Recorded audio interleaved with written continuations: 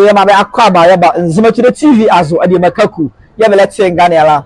come on morbo ne here bela ya Cape Coast Castle ne eno na ya vale adware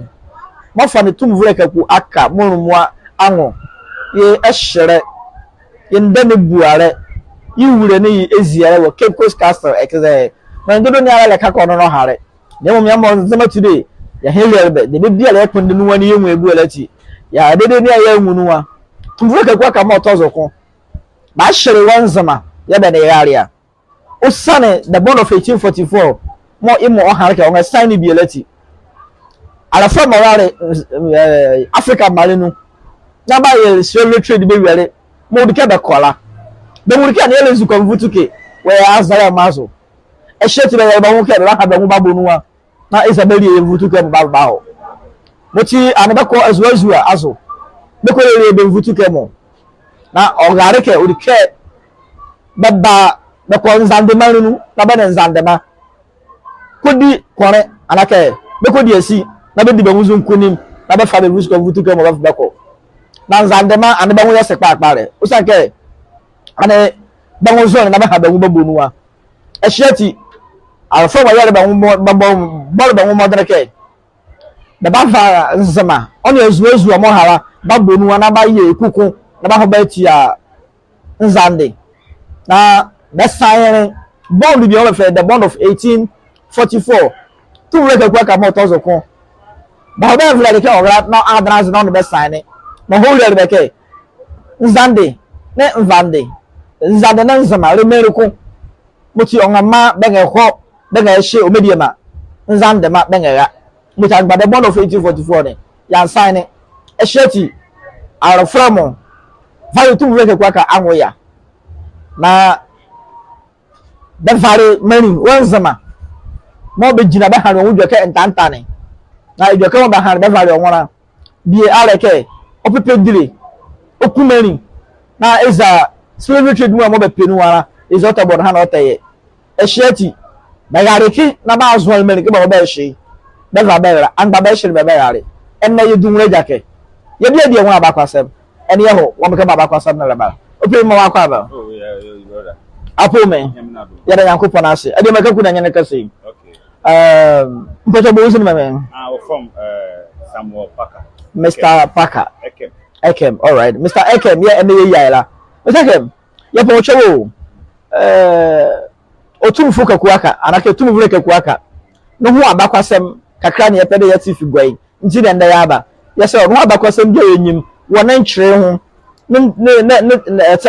na tembu awubu no ni wi na nsie o menyim no ya pocho ka kyere yan that's there it is yeah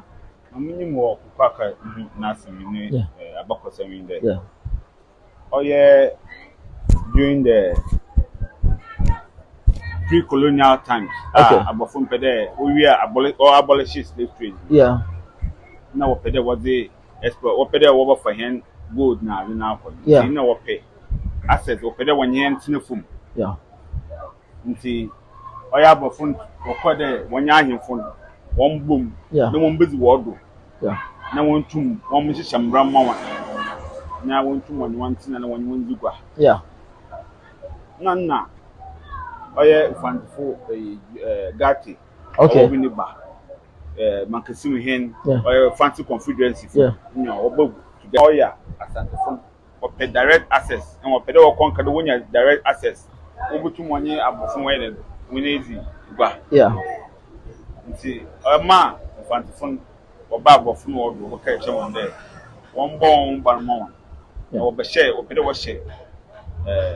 when you ye nka che oye born of 1844 okay when no hwe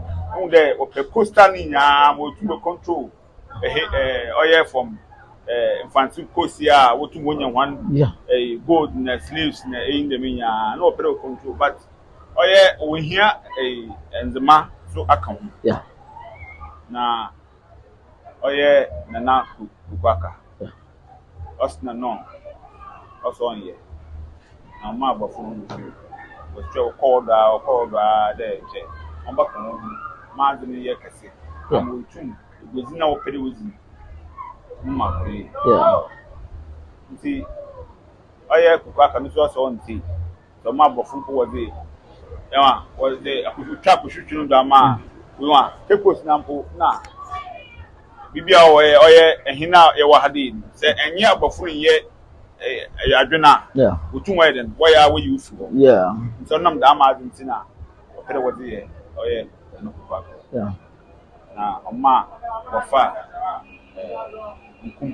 okay oya chan ku onye number 1 bofa onye chawa den onko ono kachi kwa boka on ko on was no 1 year non ko nu 1 year na wo ko oye binti okay